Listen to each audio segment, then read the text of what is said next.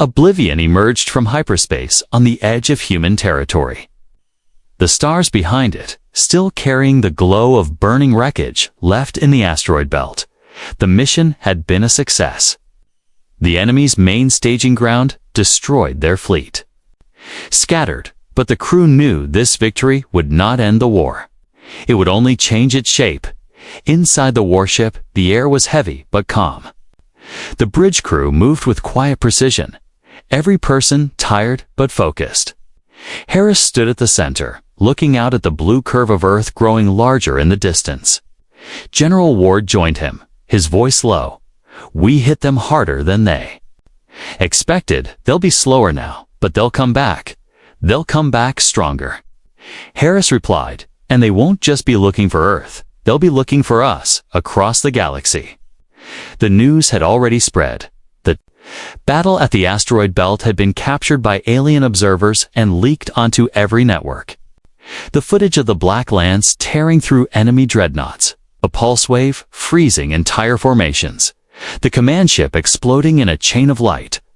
All of it now played on endless loops. On human worlds, people celebrated streets, filled with cheers. Banners of the warship's black silhouette hung from buildings. Children wore badges with the name Oblivion. To them, it was a hero, a savior, proof that humanity could face anything and win. But beyond human space, the reaction was different. In alien council halls, leaders argued, some called for alliances. Fearful of facing the humans alone, others demanded a united strike to destroy the ship before it could be used against them. In dark corners of the galaxy, fleets began to prepare in secret, back aboard Oblivion. The crew received encrypted messages from distant worlds, some offering support, others issuing threats. The AI processed each one without emotion, filing them away. Hostile intent probability, 62%, it reported. Ward called. A meeting in the strategy room. Holographic maps of the galaxy lit the air. Red zones marking potential enemy movements. We've broken their momentum, but we've also painted a target on our backs. He said, the moment we put Oblivion in the sky, the rules changed. They'll never let us hide it again. One officer asked, do we return it to the mountain? Harris shook his head. If we lock it away now, they'll take that as weakness. The only thing keeping them from attacking is knowing we can answer. The general nodded slowly. Then we keep it in the open as a warning for the next. 2 days, Oblivion orbited Earth, its black hull cutting a silent shape against the stars. Civilians lined the coasts with telescopes, watching the warship drift above like a guardian, but beneath the calm surface. Preparations never stopped. Weapon bays were reloaded, shield emitters recalibrated. The AI ran endless simulations of future battles. In the engineering decks, crew worked without pause, keeping the warship at full readiness. On the third night, a new signal came in. It was faint, encrypted, but old, a code from the First War. Harris recognized it immediately. The message was short, only 5 words. They are not finished yet. He took it to Ward, who read it twice before speaking. It's from one of our listening posts, deep in unclaimed space. They've seen movement, big movement. The AI confirmed it within hours. Long-range scans showed a massive fleet forming, larger than anything in the last war, multiple species working together, under the Harvest Fleet's command. They were gathering not far from the ruins of their staging ground. They're coming for revenge, Harris said quietly. And they'll bring every weapon they have. Ward didn't flinch. Then we'll be ready. He looked at the hologram of the approaching fleet, then at the warship that had become both Earth's greatest hope and its greatest risk. This ship was hidden because the galaxy feared it. Now they've seen it, and they'll either learn to live with it or die. Trying Oblivion's engines began to hum again, a sound that carried through every deck. The crew moved to stations, their rest cut short. Harris returned to the bridge, watching as Earth fell away beneath them once more. Far ahead, beyond the glow of distant stars, the future waited, dangerous and uncertain, but the warship was ready. Its black hull blending with the void, its weapons silent for now, but primed for what was coming. In the galaxy's memory, there were ships that inspired fear, ships that inspired respect, and ships that became legends. Oblivion was now all. 3. And as it moved into the dark once more, the message was clear. Humanity would not be hunted. Humanity would hunt back. Oblivion moved through the darkness of space like a shadow with purpose. Its black hole blending with the void, sensors scanned the stars ahead. Reading every movement, every pulse of energy, the crew worked in silence, each person knowing that the moment they saw the enemy, the real test would begin. For 3 days, the warship cut across human space.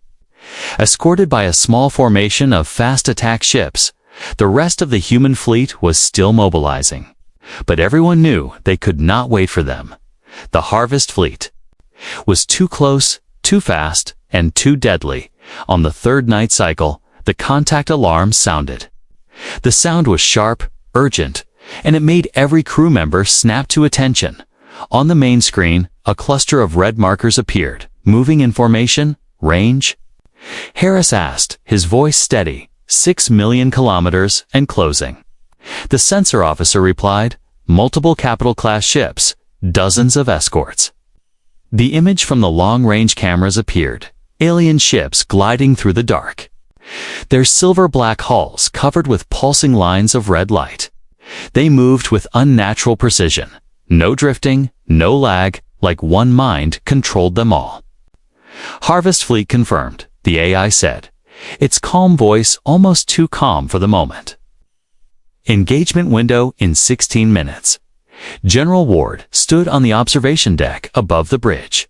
His eyes locked on the approaching shapes. They don't know what they're walking into. He said quietly, though part of him wondered if they did. The alien ships adjusted their course slightly, clearly aware of the human presence. But they did not slow. Instead, the front line shifted into a spearhead formation. They're coming. Straight for us, the tactical officer said. Good, Harris replied. Let them. The crew felt the change immediately, the quiet tension turning into something sharper. Heavier missile bays opened along Oblivion's sides. The Black Lance core began to glow deep red, humming with power.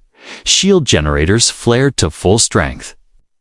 The two fleets closed in, the distance shrinking, the emptiness between them about. To become a killing ground, the alien formation fired first, long streams of burning plasma cutting through the darkness. The shots were precise, fast, and deadly. But Oblivion's shields caught them without a flicker. Return fire, Harris ordered. The first volley came from the missile bays, sleek black missiles shooting forward before vanishing into cloak mode. Seconds later, explosions tore through the alien front line. 3 escort ships breaking apart in silence, their pieces drifting into the void. Then the Black Lance fired. A beam of pure darkness shot forward, bending the stars around it. It struck a massive alien cruiser head-on, cutting through its shields as if they didn't exist, slicing the ship in two. The halves drifting apart before detonating in a silent burst of fire. On the alien bridge, panic spread. They had seen this weapon before, in the old war. In the battles their history warned them never to repeat. They broke formation, scattering to avoid another strike. But Oblivion moved with them, faster than any ship its size should be able to move. It vanished from sensors for a moment, then reappeared behind their flank, unleashing a pulse wave. The invisible shock rippled through space, and half the alien ships went dark instantly, their engines dying, weapons shutting down, shields falling. They drifted helplessly. Easy targets, finish them, Harris said, his tone cold but controlled. The escorts with Oblivion moved in, cleaning up the disabled ships with precision fire. But the Harvest Fleet still had plenty of strength left. Their second wave surged forward. Heavier ships with weapons that glowed like molten metal. The bridge shook as Oblivion took its first real hit, the shields absorbing most of it. But the impact rattled the crew. Harris didn't flinch. "Target their flagship," he ordered. The black lance fired again, the beam cutting through space. Striking the enemy flagship's side, the ship's armor blistered and cracked. But it didn't break. Instead, it turned toward Oblivion, unleashing a massive barrage. The sky lit up with fire, energy blasts slamming into Oblivion's shields, making them flare bright blue. Warning lights flashed across the bridge. But the core systems held. "Push forward," Harris said. They wanted a fight. Give it to them. Oblivion surged ahead, closing the gap. Moving so close that the enemy flagship filled the main screen, the AI calculated the exact moment, and the black lance fired a third time. This shot piercing straight through the alien ship's heart. The massive vessel shuddered, broke apart, and vanished in a silent explosion.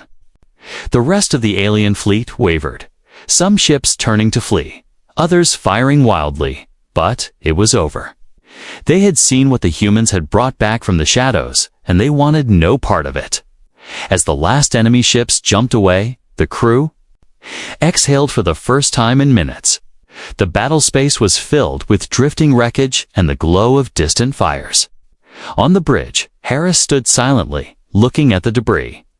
"This was only their first wave," he said. "They'll be back. And next time, they'll bring everything."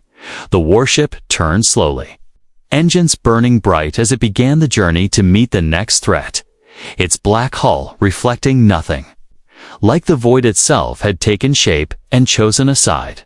The battle was over, but the war had only begun. The Harvest Fleet's first wave was destroyed, yet everyone on the bridge knew it was only a test. The enemy had been probing Earth's defenses, and now they would answer with their full strength. In the war room aboard Oblivion, holographic maps showed hundreds of enemy signatures gathering far beyond human space. They were pulling ships from every corner of their empire. A storm was building.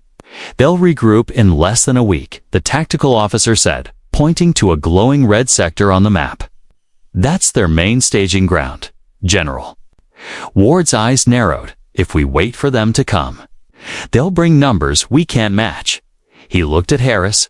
"We hit them first, deep in their own territory, before they're ready."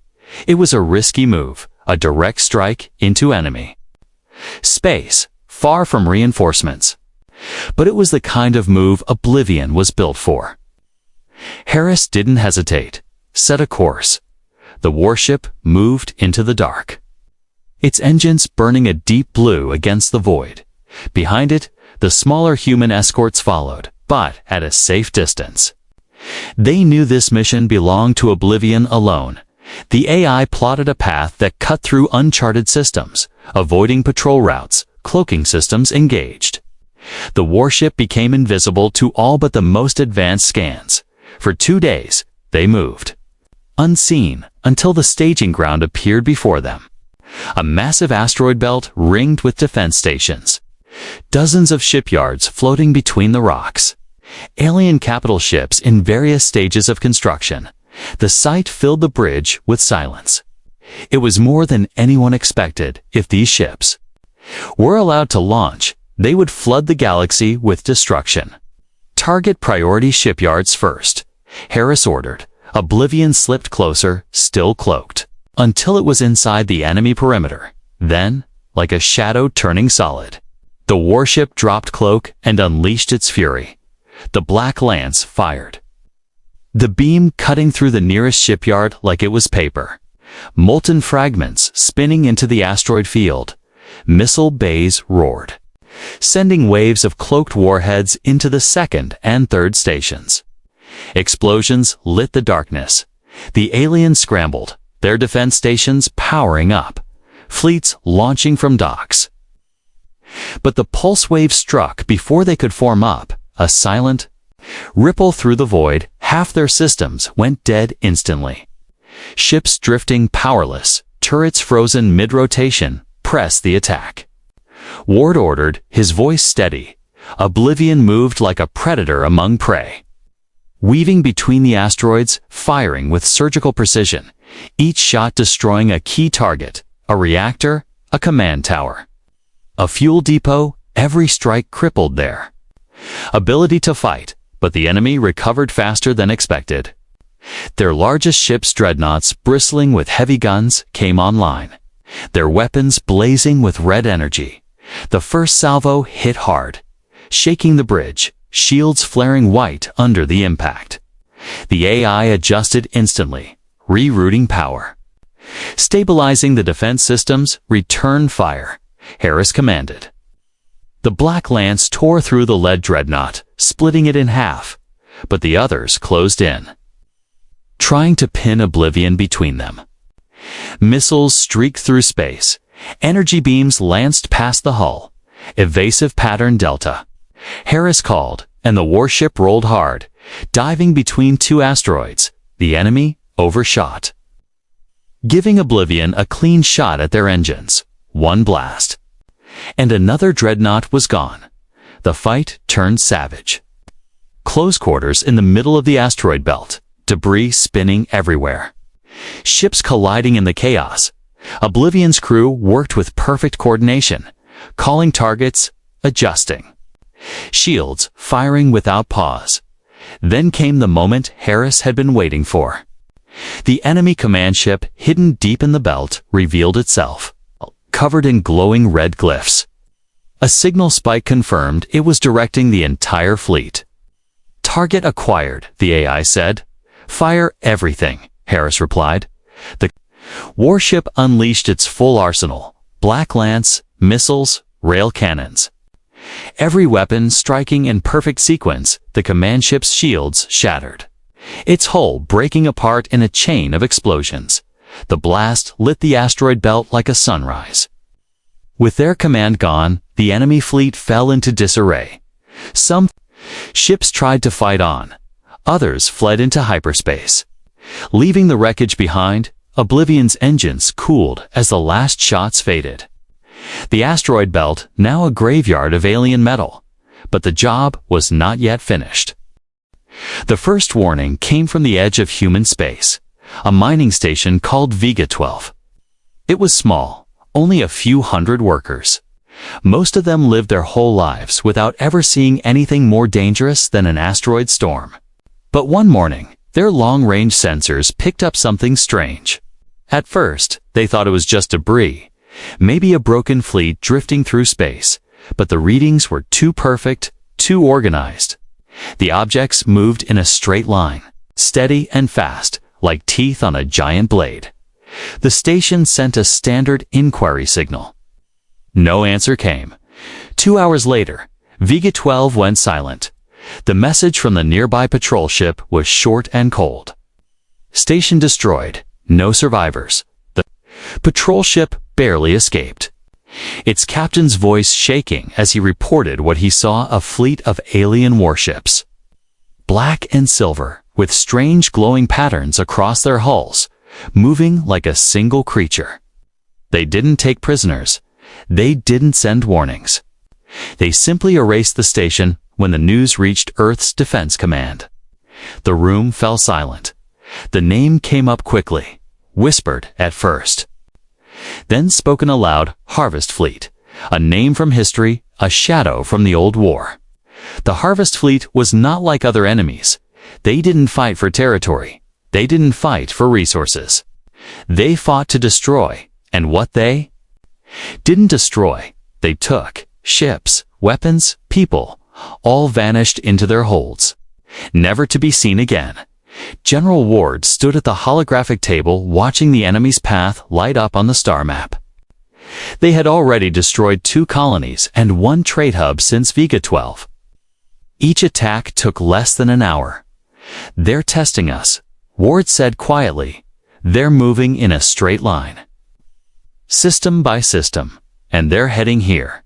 In the mountain base, Oblivion's activation continued.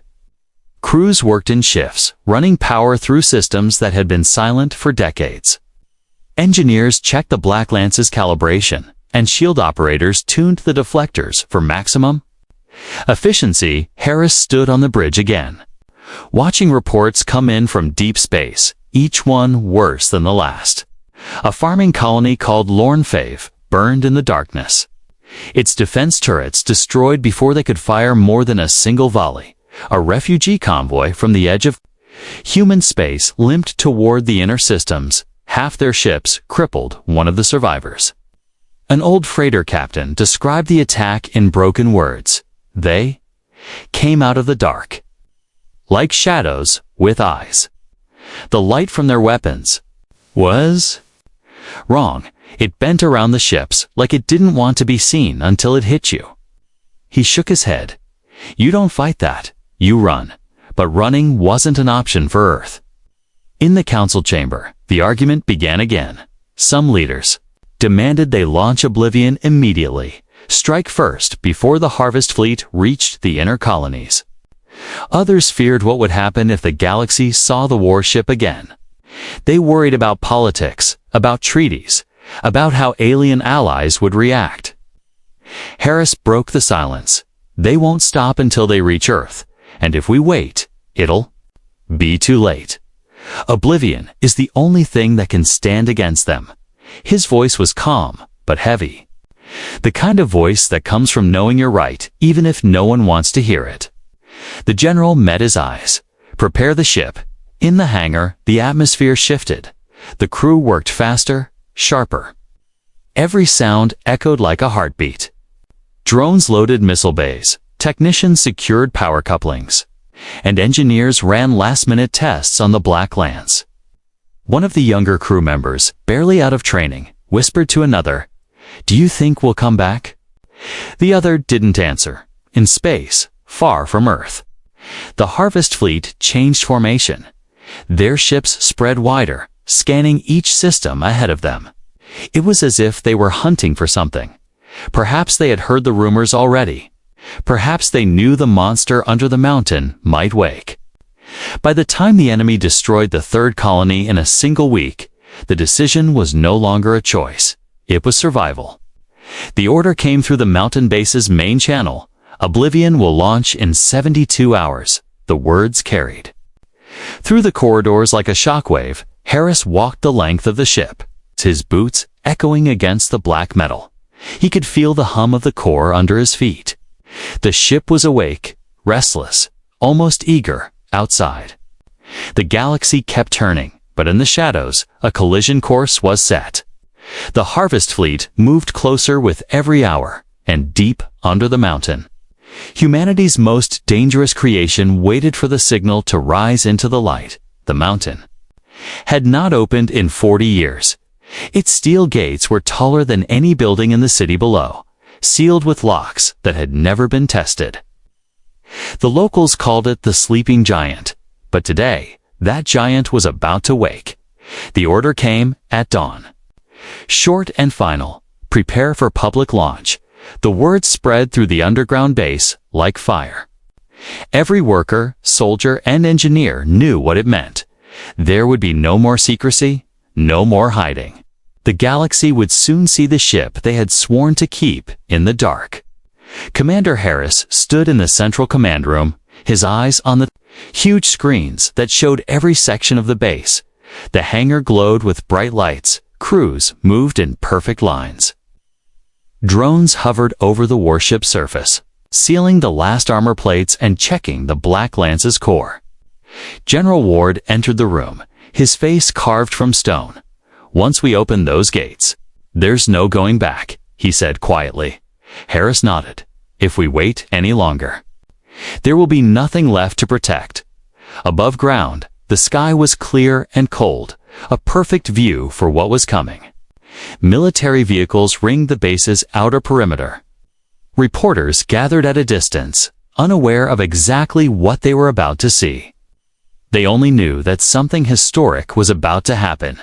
Inside the hangar, the ship was fully awake now, its dark surface rippling faintly under the lights, as if it could feel the tension in the air.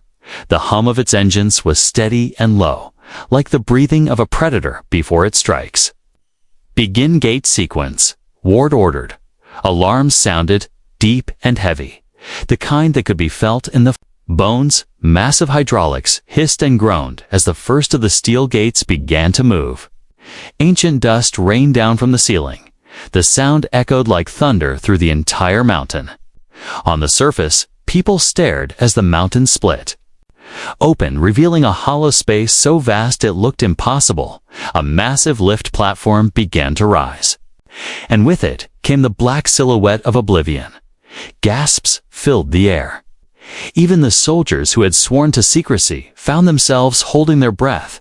The ship looked alive under the morning sun, its edges sharp, its surface absorbing every ray of light. No one spoke, no one dared to. Far away, in alien space, the broadcast reached enemy channels the moment they saw the black ship.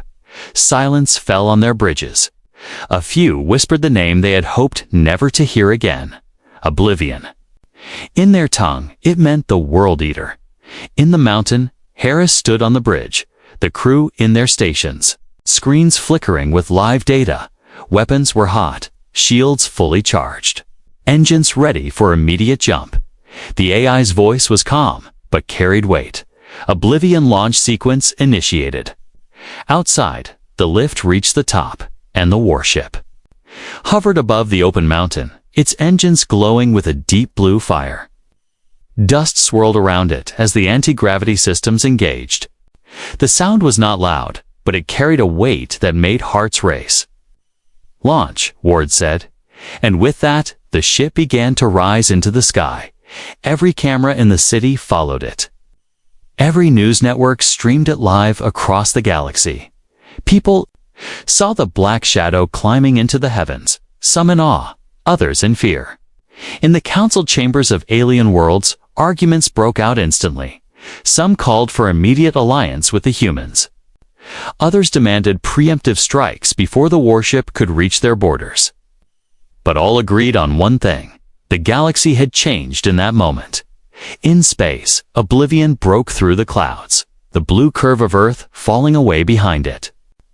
The stars stretched ahead, the harvest fleet still far, but closer every day.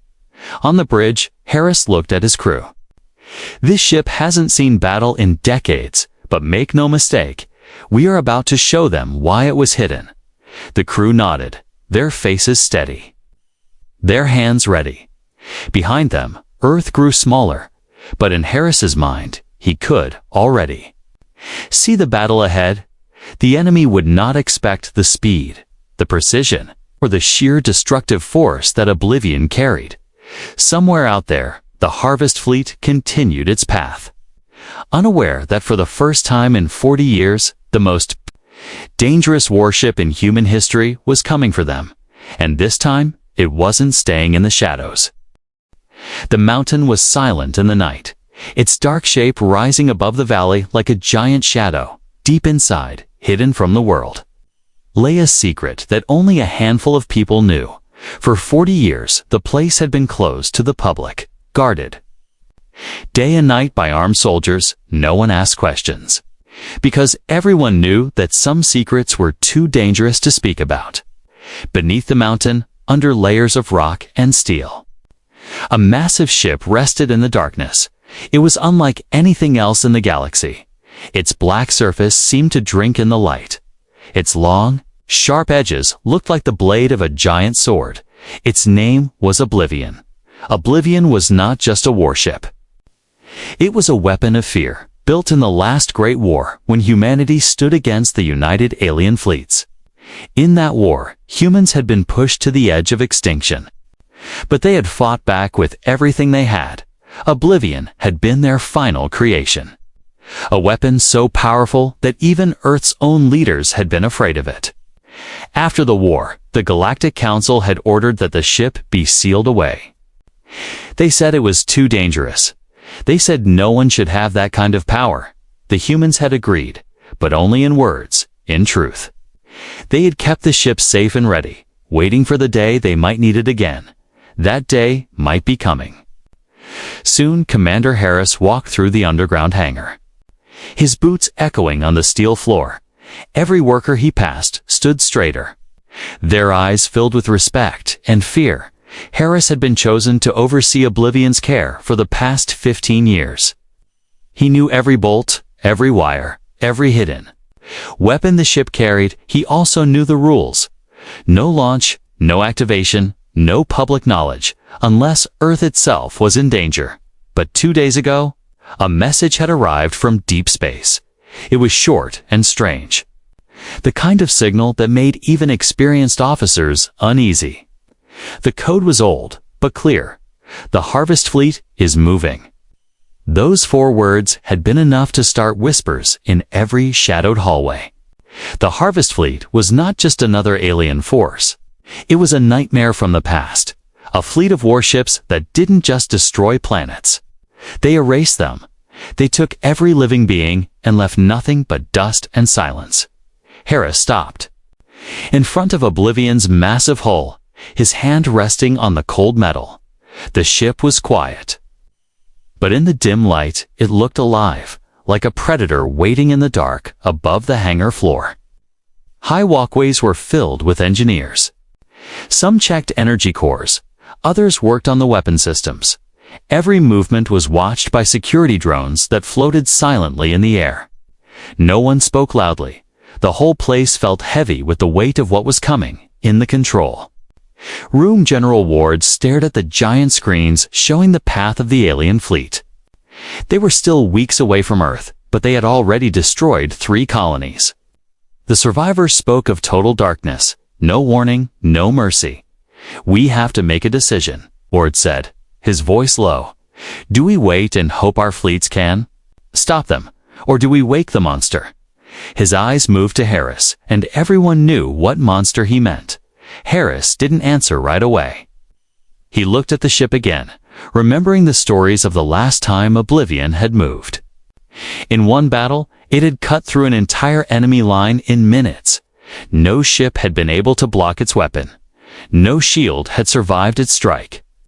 And when it used the Black Lance, space itself seemed to bend and break. If they launched it now, the whole galaxy would know. Allies and enemies alike would see the return of the most feared human creation, and once the secret was out, there would be no putting it back. Outside, the world went on as if nothing was happening. People walked the streets, children played in parks, ships came and went from the spaceports.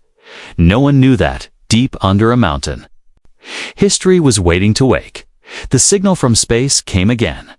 This time, clearer. Harvest Fleet, 48 systems away.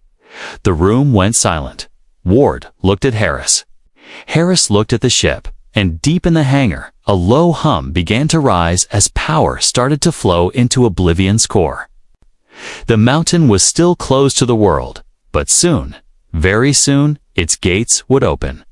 And the galaxy would remember why humans had been told to hide this ship. Long before the warship slept under the mountain, it had been the dream of engineers who refused to accept defeat. The last great war had been going badly for humans. Alien fleets had pushed Earth's defenses to the limit. Every month, another colony fell, and more names were carved into memorial walls.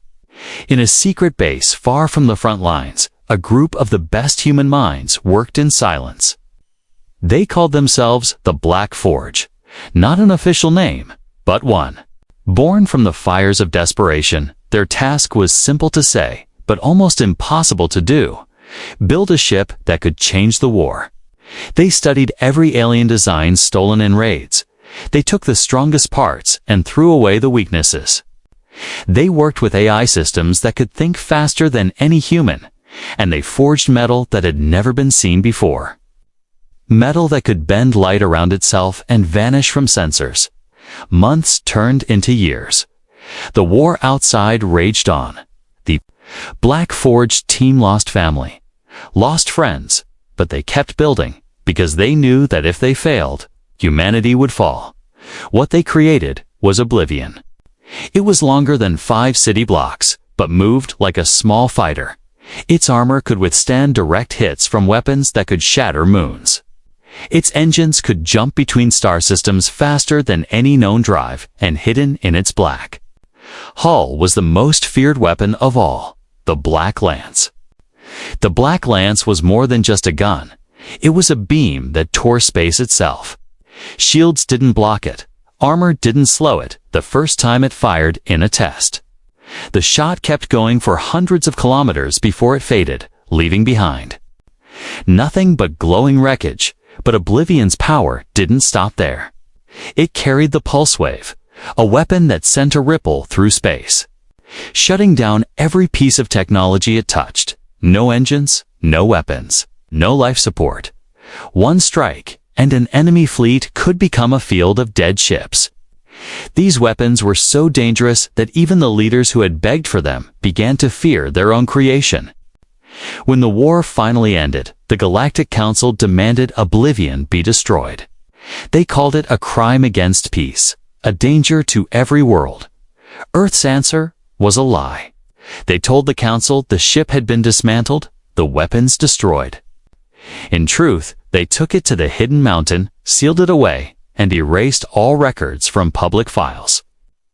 Only the highest commanders knew it still existed. Back in the present, Harris stood on the bridge of Oblivion. The ship's systems were waking slowly.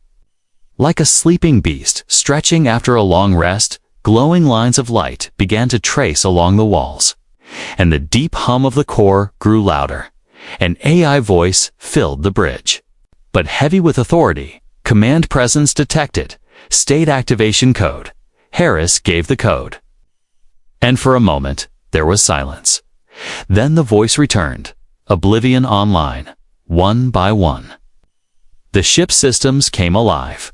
Weapon? Bays opened with smooth, silent motion. Shield arrays began to pulse, and the Black Lance's core started to glow deep red. Harris felt the same chill he had felt the first time he read about the ship's history. In the control room above the hangar, General Ward and the Senior Council watched the readings climb. Weapon power was stable. Engines were ready. Cloak. Systems online. The warship was fully awake. You understand what this means. Ward said quietly to Harris when he came up from the bridge. Once this ship leaves the mountain, there's no turning back. The galaxy will see. They will fear us again. Harris nodded. He knew the cost, but he also knew the alternative. Letting the Harvest Fleet reach Earth without the one weapon that could stop them. Meanwhile, in the far reaches of space, alien captains received reports.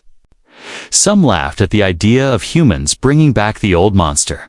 Others were not so sure. Ancient war records still carried the warning. If Oblivion moves, worlds burn. In a dim corner of the hangar, an old engineer named Rourke ran his hand. Along the hull, he had worked on the Black Forge project. He had seen the ship built bolt by bolt, and he whispered to it now like an old friend. Let's show them why they were right to be afraid. Above the mountain, the night sky was calm, but deep below, the most dangerous ship in human history was awake again, ready to step back into a galaxy that had forgotten what humans could do when they were pushed too far and somewhere out. There, the Harvest Fleet kept moving closer, unaware that the thing they feared most was about to come for them.